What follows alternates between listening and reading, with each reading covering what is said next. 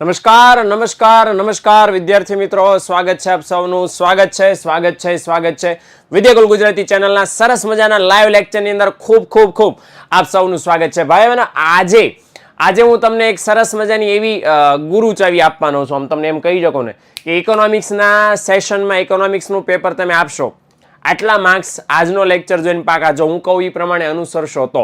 Okay, ઘણા બધા સમયથી વાત થતી હતી કે સાહેબ અમારે ઇકોનોમિક્સમાં ઝાઝા માર્ક્સ લાવવા છે, ઇકોનોમિક્સમાં સારામાં સારી તૈયારી કરવી છે, પણ એના માટે શું કરવું એ અમને સમજાતું નથી, અમારે કેવી રીતે તૈયારી કરવી અમને નથી ખબર પડતી.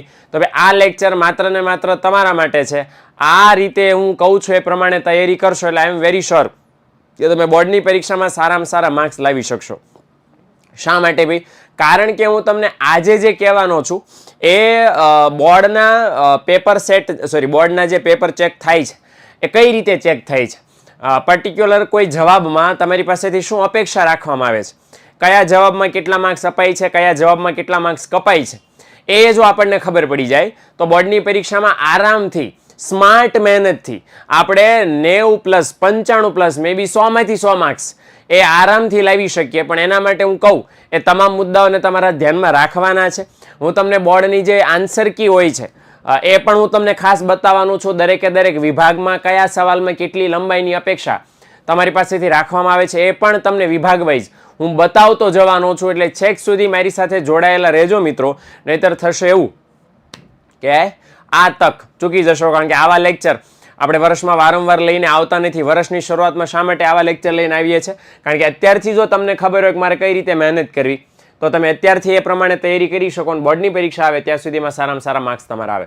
ઓકે, તો સૌથી પહેલું કામ તમારે શું કરવાનું છે? અચ્છા, હું જ્યાં પહોંચું છું આન્સર કી બતાડવા માટે, ત્યાં સુધી તમારે પહોંચવું હોય તો તમને સૌથી પહેલાં કન્ટેન્ટ આવડતું હોવું જોઈએ. હવે કન્ટેન્ટ આવડવા માટે એક સીધું સિમ્પલ કામ છે જે તમારે સૌથી પહેલાં કરવું જોઈએ.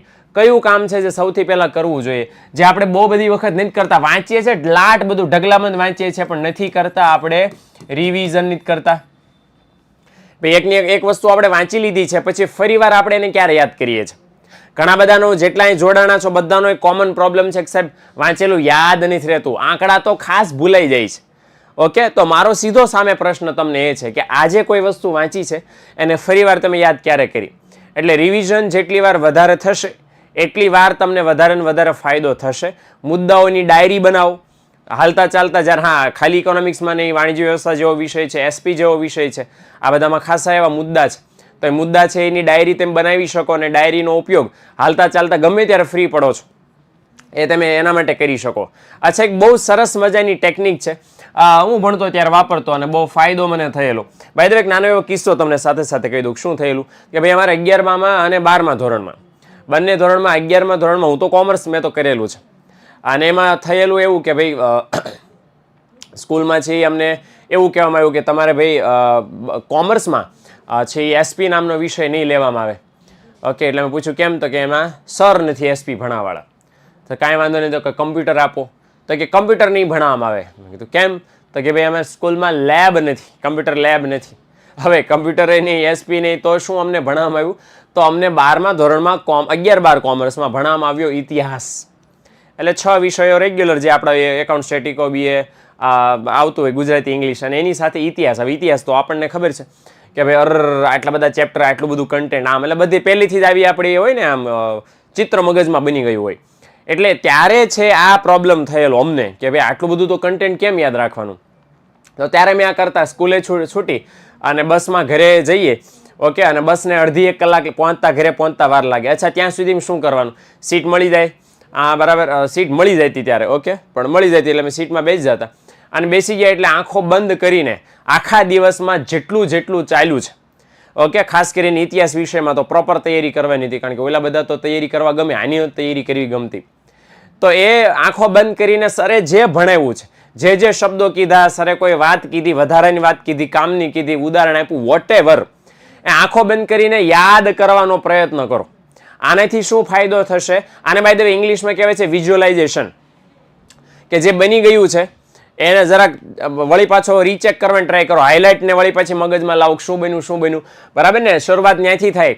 પહેલા દિવસે, બીજા દિવસે, ત્રીજા દિવસે, ચોથા દિવસે હળવે પ્રેક્ટિસ કરશો એટલે તમને આની ટેવ પડશે અને તમારા મગજને જોયેલું, જાણેલું, ભણેલું, સાંભળેલું આ બધું યાદ પાછું લાવવાની પ્રેક્ટિસ પડશે. ઓકે, એટલે આ કરવા જેવું છે. તમને રોજ 10 મિનિટનો ટાઈમ તો મળતો હશે ને? આ 10 મિનિટના ટાઈમમાં તમને આ જે વિષયમાં એમ લાગે કે સાહેબ ઇકોનોમિક્સ વિષય તો બહુ હાર્ડ છે, તો તમારા સરે જે ઇકોનોમિક્સમાં ભણાવ્યું છે, બરાબર, એ લેક્ચર પૂરો થઈ જાય પછી ઘરે સાંજે જાઓ છો ત્યારે બસ એ યાદ કરવાનો પ્રયત્ન કરો કે સાહેબ એમાં શું શું ભણાવ્યું, કયા કયા મુદ્દાની સમજૂતી આપી, કઈ રીતે એમાં ઉદાહરણ આપ્યા. ઓકે, આવું અત્યારે શરૂઆત કરો. હા, પહેલા દિવસથી કંઈ ફાયદો નહીં દેખાય. ઓકે, મને શું ફાયદો દેખાણો? બાય ધ વે, ઇતિહાસ વિષયમાં 12મા ધોરણમાં મારે 86 માર્ક્સ હતા બોર્ડની પરીક્ષામાં. તો ફાયદો એન્ડમાં દેખાય. તૈયારી શરૂઆતથી કરવી પડે. અઠવાડિયું કરીને પછી 8મા દિવસે એમ કહો ફાયદો થઈ ગયો, એમ નહીં થાય. એટલે આ વસ્તુનું ખાસ ધ્યાન રાખજો. રિવિઝન કરો. રિવિઝન કર્યા પછી મગજમાં વિઝ્યુઅલાઇઝેશન કરો કે મેં આખા દિવસ સ્કૂલમાં કેટલા ચેપ્ટર ભણ્યો, એક્સ્ટ્રા ક્લાસમાં ટ્યુશનમાં કેટલા ચેપ્ટર ભણ્યા, કયો ટોપિક મને ભણાવ્યો, એ બધું યાદ કરવા જાઓ તો તમને મજા આવશે. ઓકે, એટલે આ 2 મુદ્દા છે, ખાસ ધ્યાનમાં રાખજો. અત્યારે કરવા જેવું છે તમારે, તમારી પાસે ટાઈમ છે, કરી શકશો. બીજું, તૈયારી જેટલી પણ કરો છો એ બધી લખીને તૈયારી કરો. આ લખીને તૈયારી શું લેવા કરવાની છે? હમણાં હાર્દિક સર પણ ખાસ તમને કહેવા માંગે, બધા સરનો આમ એક સેમ સજેશન હોય, શું લેવા? કોઈ પરીક્ષા લખીને દેવાની છે, લખીને દેવાની છે જે વસ્તુ, એ વસ્તુને વાંચીને તૈયારી કેમ પોસિબલ છે? એટલે જ્યારે વાંચવા બેસો ત્યારે નોટ અને પેન સાથે જ હોવી જોઈએ. જે વાંચો છો એ એના મેઇન ટોપિક્સ ટપકાવતા જાઓ એટલે તમને ખબર પડતી. અને હા, વાંચી લીધા પછી મોઢે લખતા જાઓ એટલે તમને ખબર પડે કે જે મેં વાંચ્યું છે મને યાદ રહ્યું કે નહીં. ઓકે, એટલે આટલી 3 ટિપ્સ છે જે ખાસ ધ્યાનમાં રાખજો. અચ્છા, બોર્ડની પરીક્ષામાં પેપરમાં શું ધ્યાન રાખવાનું છે? અચ્છા, કયો સવાલ છે? ઓકે, વિક્રમ પરમાર એમ કે સર ટપો નથી પડતો. જો હું તમને હેલો કરી દઉં ઇકોનોમિક્સ વિષયને. ઓકે, હું તમને આન્સર કી બતાવું છું બોર્ડવાળાની, કે એ લોકો તમારી પાસેથી કેવી રીતે, કેવા જવાબની, કેટલા જવાબની અપેક્ષા રાખે છે, કે ભાઈ બાળક પાસેથી શું માગીએ છે મેક્સિમમ માર્ક્સ આપવા માટે. ઓકે, તો એક જરાક વિભાગ એ છે. બાય ધ વે, લેટેસ્ટ 2024નું લઈ આવ્યો છું. હવે જો આ રીતે છે, તમારે પણ જવાબ આ જ રીતે લખવાના છે. ઓકે, જો આ જ રીતે ક્વેશ્ચન નંબર હોય એ માત્ર હાંસિયામાં દેખાય છે ને, 1 2 3 4 આ રીતે લખવાનું. અને આ રીતે હું તમને કહું છું કે કઈ રીતે મોટા સવાલની લંબાઈ કેટલી રાખવાની, શું શું લખવાનું જોઈ લો અહીંયા. તો અહીંયા જે ઓપ્શન આવતો એ ઓપ્શન પણ લખો, દેખાય છે ને આ ઓપ્શન, અને એની બાજુમાં શું જવાબ છે એ પણ લખવાનું છે. 2 લખવાનું છે. પહેલો જવાબ લખ્યો, એક લીટી કોરી છોડો, બીજો જવાબ લખો, એક લીટી કોરી છોડો, ત્રીજો જવાબ લખો. આવી રીતે વ્યવસ્થિત લખશો. ઓકે, તો તમારા પેપરની ઇમેજ સારી બનશે. ક્લિયર થઈ ગયું? એટલે આ રીતે ખાસ ધ્યાનમાં રાખજો.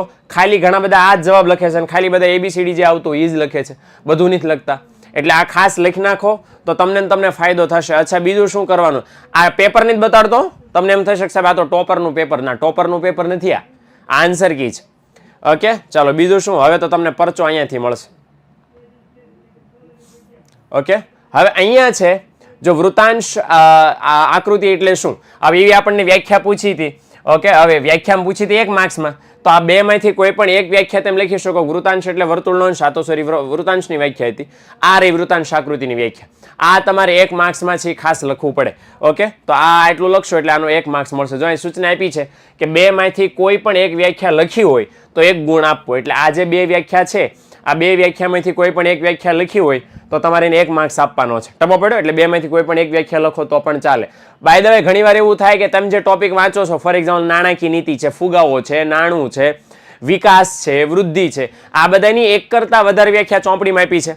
તો એમાંથી કોઈ પણ જે તમને યોગ્ય લાગે છે, કોઈ પણ એક વ્યાખ્યા પાકી કરો, બધી ન કરો. ઓકે, એ વ્યાખ્યા પાકી કરો પણ સજ્જડ બેઠી કોપી પાકી કરો. એમાં ઘરના શબ્દો નહીં ચાલે, ઘરના સવાલ નહીં ચાલે. ઓકે, એટલે આ વસ્તુ ધ્યાનમાં રાખજો. ડન? બાકી બધા તો પછી 1 માર્ક્સના સવાલ છે. દાખલા તરીકે બાળ મૃત્યુદરની વ્યાખ્યા છે કે જીવતા જન્મેલા 10,000 બાળકો 1 વર્ષનું આયુષ્ય ભોગવ્યા પહેલા મૃત્યુ પામતા બાળકોની સંખ્યા કે પ્રમાણ. તો આ પણ વસ્તુ ખાસ ધ્યાનમાં લેવાની કે જેટલું તમારી પાસે વ્યાખ્યા માંગી હતી, વ્યાખ્યા લખી નાખી છે, કામ ખતમ, તો આનો 1 માર્ક્સ મળી જાય. ઓકે, પછી રેપો રેટની વ્યાખ્યા માંગી છે કે વેપારી બેંકો ટૂંકા ગાળા માટે RBI પાસેથી જે ઉછીના નાણાં મેળવે અને બદલામાં એમને વ્યાજ ચૂકવવું પડે એને કહેવાય રેપો રેટ કહેવાય. ઓકે, તો એ પણ વ્યાખ્યા છે. ગુણાત્મક સાધનોની પણ અહીંયા વ્યાખ્યા છે. અચ્છા, ગુણાત્મક સાધનોની 2 વ્યાખ્યા અહીંયા પુસ્તકમાં છે, એમ ફેરવીને લખો તો 2 વ્યાખ્યા છે. અને મેં કીધું છે કે બે વ્યાખ્યામાંથી કોઈ પણ એક વ્યાખ્યા સાચી લખી હોય તો પણ તમારે એને 1 માર્ક આપી દેવાનો છે. ઓકે, હવે અહીંયા ઓકે પ્રધાનમંત્રી ફસલ વીમા યોજના અથવા તો એક યોજના હતી જે સરકારે ખેડૂતો માટે શરૂ કરેલી. તો એ યોજનાનું માત્ર નામ લખવાનું હતું, એટલે શોર્ટ ફોર્મ લખો તો પણ ચાલે, ફૂલ ફોર્મ આવી રીતે લખો તો પણ ચાલે. ઓકે, ચલો પછી કઈ યોજનાનું સૂત્ર મૂકવામાં આવ્યું હતું? એ સૂત્ર હતું હર ખેત કો પાણી. આગળ ભણશો, હજી તો શરૂ નહીં થયું એટલે આવશે, પણ આટલી વસ્તુ ખાસ તમારે લખવાની થશે. ઓકે, ચલો હવે ખાસ મેં તમને ફૂલ ફોર્મ વાળી વાત કેવી હતી કે માની લો કે 30 નંબરનો સવાલ છે, જોઈ લો. તો પોસિબલ હોય તો હું થોડુંક મોટું કરું. હા, ઓકે, તો 30 નંબરનો સવાલ છે, એમાં આપણને ફૂલ ફોર્મ પૂછ્યું હતું ONGC નું પૂર્ણ નામ આપો પ્લીઝ. ઓકે, આ ONGC નું પૂર્ણ નામ ઓકે ઓકે હું એમ કહે છે સર પ્લીઝ આર્ટ્સના IMP આપો. ભાઈ બેટા આ જ ચેનલ ઉપર માર્ચ મહિનો જોઈ લો, માર્ચ મહિનાના વિડીયો જોઈ લો. એમાં સમાજશાસ્ત્ર, મનોવિજ્ઞાન, ઇતિહાસ ને ભૂગોળ ને રાજ્યશાસ્ત્રના બધાના IMP તમને મળી રહેશે. જોઈ લો. એટલે આર્ટ્સના IMP પણ આપણી ચેનલમાં અવેલેબલ છે, કમ્પ્યુટરના પણ અવેલેબલ છે, જરાક જોજો એટલે તમને મળશે. અચ્છા, ONGC નું ફૂલ ફોર્મ. આ ONGC નું ફૂલ ફોર્મ તો આપણે લખ્યું કે oil and natural gas corporation. હવે ઘણા એમ કે સાહેબ અમને સ્પેલિંગ નો આવડે તો, ફૂલ ફોર્મના સ્પેલિંગ નો આવડે તો અહીં લખ્યું છે શુદ્ધ ગુજરાતીમાં કે ગુજરાતી લખાણ માન્ય રાખવું. એટલે તમે આનું ઉચ્ચારણ લખો કે oil and natural gas corporation, તો પણ એ સાચું જ પડે, ખોટું ન પડે. સમજણ પડી ને? એટલે સ્પેલિંગ આવડે તો ધ બેસ્ટ, તો પહેલા સ્પેલિંગ જ લખો. પણ સ્પેલિંગ નથી આવડતા તો ટેન્શનની વાત નથી. તો તમારે શું કરવાનું છે? એનું ગુજરાતી ઉચ્ચારણ છે oil and natural gas corporation, આવું લખી નાખવાનું છે, તો પણ તમારું કામ થઈ જશે. ઓકે, વિભાગ સી માં 2 માર્ક્સના સવાલો આપણે જોઈ લો. ઓકે, કે 2 માર્ક્સમાં આપણને સવાલો પૂછ્યા છે.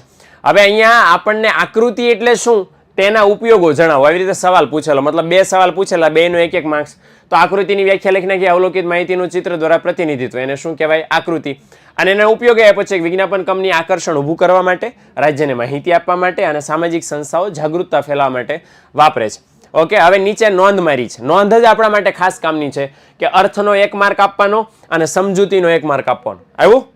આના જવાબ ઘણા બધાને એમ થાય છે કે સાહેબ આમાં ફલાણા પ્રકાશનમાં તૈયારી કરો તો હાલે, ઓલામ જે લખ્યું છે એ વાંચો તો હાલે. તો યાદ રાખજો, પાઠ્યપુસ્તક ઓથેન્ટિક છે, એ પાઠ્યપુસ્તકમાંથી તૈયારી કરશો તો ખાસ તમને ફાયદો થવાનો. જોઈ લો અહીંયા આ વિજ્ઞાપન કંપનીઓ આકર્ષણને, રાજ્ય ને સામાજિક સંસ્થાના બધું ક્યાં કઈ જગ્યાએ છે, હે ને? એટલે આ લોકો જ્યારે આન્સર કી બનાવે ત્યારે પુસ્તકને જ ધ્યાનમાં રાખે છે.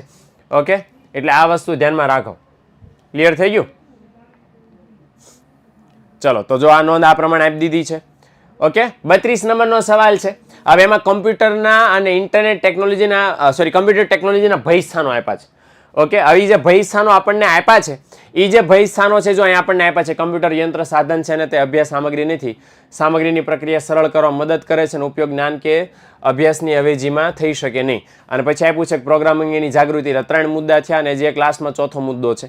અને એમ કીધું છે કે આ 4 મુદ્દામાંથી પ્રત્યેક મુદ્દાનો કેટલો માર્ક ગણવાનો? અડધો. એટલે 4 મુદ્દાનો અડધો એટલે 2 માર્ક્સ થયા. તો કમ્પ્યુટર ટેકનોલોજીના જે ભય સ્થાનો છે એમાં બધી લાઈન લખવાની, પોઈન્ટ પાડીને જો બોર્ડવાળા તમને પોઈન્ટ પાડીને જવાબ લખવાનું સજેશન કરે. તમે જે ફકરા પાડો છો ને એ ફકરામાં કોઈને રસ નથી, એટલે પોઈન્ટ પાડીને લખો પ્લીઝ. જો આ બોર્ડવાળાએ પોઈન્ટ પાડીને લખ્યું છે, તમને શું વાંધો છે? 2 માર્ક્સ વાળો સવાલ છે ભાઈ. કેટલા માર્ક્સ વાળો? 2 માર્ક્સ વાળો સવાલ છે, જેમાં પણ આ લોકો ફકરા નથી લખતા. તો આપણે શા માટે લખવાના? એટલે આ વસ્તુનું ધ્યાન રાખો. ઓકે, તો જો આ રહ્યા મુદ્દા છે ને 4.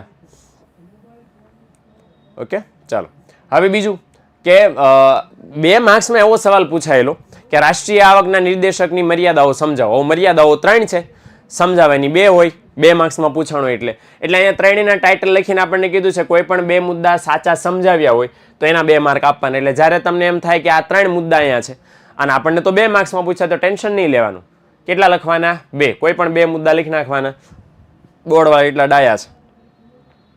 એક સવાલ એવો પૂછાયેલો કે ભાઈ આર્થિક વિકાસના નિર્દેશકોની યાદી આપો.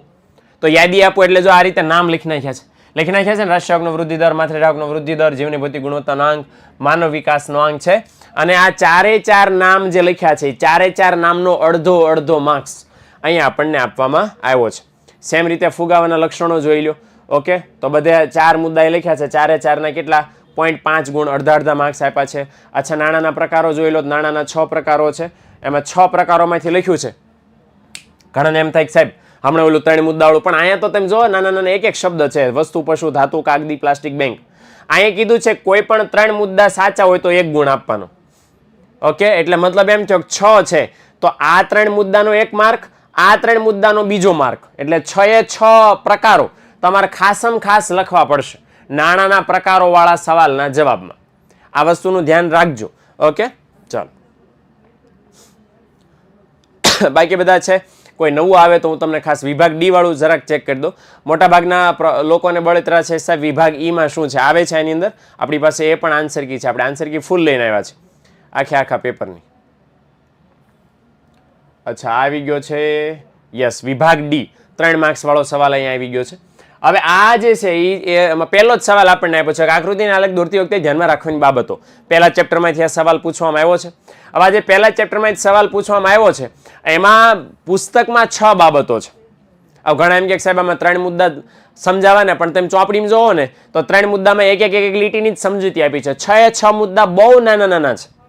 ઓકે, એટલે અહીંયા સમજો કે દરેક મુદ્દાની સમજૂતી જરૂરી છે. મતલબ 6 એ 6 પોઈન્ટ. આ જો જ્યાં સુધી તમે પાઠ્યપુસ્તક તૈયાર નહીં કરો ત્યાં સુધી કંઈ આઈડિયા નહીં આવે. ઓકે, કે હું શું સમજાવું છું. ઓકે, એટલે આ યાદ રાખજો કે આટલા બધા દાખલા ગરીબીના કારણો પૂછ્યા, ઓકે, કે બેરોજગારીના કે ફુગાવાના કારણો પૂછ્યા 3 માર્ક્સમાં, એટલા બધા છે તો કોઈ પણ 3 લખો તો ચાલે. પણ અહીંયા સમજૂતી વખતે દોરતી વખતે ધ્યાનમાં રાખવાની બાબતો છે ને એમાં એક 2 લીટી માંડ આવે છે. પાઠ્યપુસ્તકમાં જ એક 2 લીટી લખેલી છે. માટે 6 એ 6 મુદ્દા સમજાવવા જોશે. એટલે દરેકે દરેક મુદ્દાની સમજૂતી જરૂરી છે. અચ્છા, તફાવતમાં તો બહુ બધા લોચા પડે છે સાહેબ. તફાવતમાં ઈ કયો કયા માર્કમાં કેટલા મુદ્દા લખવાના, હે ને? તો જો 3 માર્ક્સમાં તફાવત પૂછો, 3 માર્ક્સમાં તફાવત પૂછો છે બોર્ડ વાળાને તમારી પાસેથી શું અપેક્ષા છે, બરાબર ને? એ જોઈ લો. અહીંયા 9 મુદ્દા અહીંયા તો લખી નાખ્યા છે. નોંધ મારી છે, એટલે પાઠ્યપુસ્તકમાં હતા એ 9 મુદ્દા અહીંયા છાપી દીધા છે. આ નોંધ મારી છે કે કોઈ પણ 6 સાચા મુદ્દાના 3 ગુણ આપવા. તો મતલબ એમ થયો કે તફાવત જો 3 માર્ક્સમાં પૂછાણો છે તો બે બાજુ 6 મુદ્દા લખવાના. 2 માર્ક્સમાં તફાવત પૂછાય તો બે બાજુ 4 મુદ્દા લખવાના. અને 5 માર્ક્સમાં જો તફાવત પૂછાય તો બે બાજુ 10 મુદ્દા લખવાના છે. આટલું કામ ખાસ કરવાનું છે તમારે. ઓકે, એટલે તફાવત માટે બોર્ડ વાળા આવું કહે છે, મારો જવાબ નથી. ક્લિયર થઈ ગયો? એટલે આ વસ્તુ ધ્યાન રાખજો. કેટલા 3 માર્ક્સમાં તફાવત પૂછાયો અહીંયા તો કેટલા માર્ક્સ, કેટલા બે બાજુ કેટલા મુદ્દા લખવાના કીધા? 6 મુદ્દા બંને બાજુ આપણને લખવાને કીધા છે. આ વસ્તુનું ધ્યાન રાખજો. અચ્છા, ઘટકો આપણને સમજાવવાને કીધા છે તો 3 ઘટકોના મુદ્દાની સમજૂતીના 3 ગુણ છે. ઓકે, પછી ગરીબીના અન્ય કારણો તો એમાં પણ 3 મુદ્દાની સમજૂતીના 3 ગુણ છે. મનરેગા યોજના જે આવશે આગળ 6ઠા પાઠમાં, તો એ મનરેગા યોજનામાં પણ જો જ્યાં ફકરા વાળો છે ને બધે આ લોકોએ ફકરા પાડવાને બદલે પોઈન્ટ પાડ્યા છે. એટલે એમને માટે સહેલું પડે. ઓકે, હવે અહીંયા એવું હતું કે આ જે 4 મુદ્દા વાળો લખ્યો છે ને એમાં ચોપડીમાં 4 મુદ્દા આપ્યા છે, પૂછો છે 3 માર્કમાં. અને સમજૂતી પણ ખાસી એવી 3-4 મુદ્દા 3-4 લીટી અંદર આપી છે. તમે 7મો પાઠ ભણશો એટલે તમને ખ્યાલ આવશે. તો ત્યારે અહીંયા એ ધ્યાન રાખવાનું કોઈ પણ કેટલા મુદ્દા, 3 મુદ્દાની સમજૂતી છે એની અંદર આપવાની થશે. ઓકે, અને છેલ્લે લાસ્ટ બટ નોટ લીસ્ટ તમને 5 માર્ક્સ વાળા સવાલો કેટલા છે, મતલબ કઈ રીતે એ લોકો ધ્યાન રાખે છે એ આપણે એક જરાક ચેક કરી લઈએ. ઓકે, મે બી આ જ છે 5 માર્ક્સ વાળો વિભાગ. યસ, અને એમાં પહેલો જ સવાલ છે. યસ, આ 25 માર્ક્સ વાળો છે. તો સાટા પ્રથાનો અર્થ આપી એની મર્યાદાઓ સમજાવો. સામાન્ય રીતે આપણને એવું થાય કે સાહેબ સાટા પ્રથાની મર્યાદા સમજાવે, અર્થ આપણને વ્યાખ્યા લખી નાખો, વસ્તુક સેવાનો બદલામાં વસ્તુક સેવાનો વિનિમય કરવાની પ્રથા. આટલું ખતમ. અને પછી 3 મર્યાદાઓ સમજાવી દો તો કામ ખતમ. તો એમ 5 માર્ક્સ મને નહીં મળે, સીધા 4 આવી જશે અને ઉડી જાય બધું. એટલે માર્ક્સ મેળવવા છે તો શું કરો, તો સાદી ભાષામાં સૌથી પહેલા અર્થ લખ્યો અહીંયા કે વસ્તુક સેવાના બદલામાં અન્ય વસ્તુક સેવા મેળવવાની પ્રથા, એટલે સાટા પ્રથા. ઉદાહરણ લખવાનું કે ખેડૂત ઘઉં આપીને ચોખા કાપડ ચપ્પલના મનોરંજન એવું બધું સેવા મેળવે એને શું કહેવાય, એ સાટા પ્રથાનું ઉદાહરણ આપ્યું છે. અને હવે પછી મર્યાદા સમજાવવાની શરૂ કરી છે. ઓકે, એટલે જો અહીં લખ્યું છે કે વ્યાખ્યાનો 1 માર્ક્સ, ઉદાહરણનો 1 માર્ક્સ, અને પછી આ જે તમે 3 સમજૂતી લખી છે એ ત્રણેયનો એક ગુણ. આ રીતે કામ થશે. ઓકે, એટલે આ રીતે આપણે કામ કરવાનું છે. ગરીબીના નિર્દેશકો જોઈ લો. આ ગરીબીના નિર્દેશકો આપણને પૂછેલા, અને ગરીબીના નિર્દેશકો તો 11 આપ્યા ચોપડીમાં. 5 માર્ક્સમાં 11 નિર્દેશકો પૂછે તો આ લોકો તો કેવા કહેવાય આપણને એમ થાય 11 નિર્દેશકો લખવાના 5 માર્ક્સમાં, બિલકુલ નહીં. ઓકે, એ લોકો વ્યવસ્થિત પૂછે છે, આપણે સમજવામાં ફેર થાય છે. એટલે આપણે શું કરવાનું છે, સૂચના ફોલો કરો. કઈ રીતે એ લોકો ચેક કરશે કીધું, કોઈ પણ 5 નિર્દેશકો સમજાવ્યા હોય 5 માર્ક આપવાના છે. ઓકે, અને જો એ લખ્યું છે, ઘણા બધા એવા હોય ને કે સાહેબ ડાયા હોય કે સાહેબ અમે ખાલી ટાઇટલ લખ્યા હોય, અંદર બીજું કાંઈ એમ લિસ્ટ બનાવી નાખ્યું હોય, બીજું કાંઈ ન લખ્યું હોય તો પછી એમ લખ્યું છે કે માત્ર નિર્દેશકના નામ જણાવ્યા હોય તો માત્ર ને માત્ર 1 જ માર્ક મળે. તમે લિસ્ટ બનાવીને આવ્યા 11 નિર્દેશકોનું, 11 તો પછી લિસ્ટ હોય તો 11 નિર્દેશકો જોશે ભાઈ. અને ખાલી નામ લખીને આવ્યા, અંદર સમજૂતીનો ટાઈમ ન રહ્યો તમારી પાસે, 1 માર્ક્સ તમને મળે. ઓકે, પણ તમે વ્યવસ્થિત 5 નિર્દેશકોની સમજૂતી આપી છે તો તમને 5 માંથી 5 માર્ક્સ મળવા પાત્ર છે, જો સમજૂતી પૂરતી અને સાચી છે તો. વસ્તી નિયંત્રણના ઉપાયો 5 જ છે પાઠ્યપુસ્તકમાં પણ, એટલે દરેક મુદ્દાની સમજૂતી છે યોગ્ય રીતે આપી હોય તો એ લોકો 5 માર્ક્સ આપે. ઓકે, કૃષિ ક્ષેત્રની ઉત્પાદકતા વધારવાના સુધારા છે, આવા સુધારા 6 આપ્યા છે પુસ્તકમાં, પૂછો છે 5 માર્ક્સમાં, તો કોઈ પણ 5 મુદ્દાની સમજૂતી જરૂરી છે. 6 માંથી કોઈ પણ 5 લખવાના. Done. Okay, last but not least જે મારે તમને કહેવો છે. ઓકે, આકૃતિ નું વિશ્લેષણ છે ખાસ કે સાહેબ તો શું છે, નવી પેપર સ્ટાઇલ પ્રમાણે 63 નંબરનો આ સવાલ હતો. ઓકે, હવે આ વસ્તુ ખાસ ધ્યાનમાં રાખો કે જ્યારે આકૃતિના આલેખ હોય છે, આપણા ઇકોનોમિક્સમાં છેલ્લો સવાલ આપણા પેપરનો આકૃતિ દોરવાનો હશે, એ ગેરંટી છે, પાકી વાત છે. અને કેટલા માર્ક્સનો હશે પાછો? 5 માર્ક્સનો હશે. આને મુકાય નહીં ને. કઈ રીતે માર્કિંગ થાય છે એનું ભાઈ, તો 2.5 માર્ક્સ જે છે એ આકૃતિ દોરવાના છે, બાકીના જે 2.5 માર્ક્સ છે એ આવી રીતે મુદ્દાના વિશ્લેષણના હશે. ઓકે, એટલે ખાસ અહીંયા લખ્યું છે કે પાસપાસીની સ્તંભાકૃતિ અને વિશ્લેષણ. તો આ જે સ્તંભાકૃતિ દોરી હોય એના 2.5 માર્ક્સ, વિશ્લેષણના તમારી પાસે 5 મુદ્દા. હવે તો મેં સ્કેન કર્યું નથી આગળ, પણ વિશ્લેષણના તમારી પાસે કેટલા મુદ્દા માંગે છે? 5 મુદ્દા માંગે છે.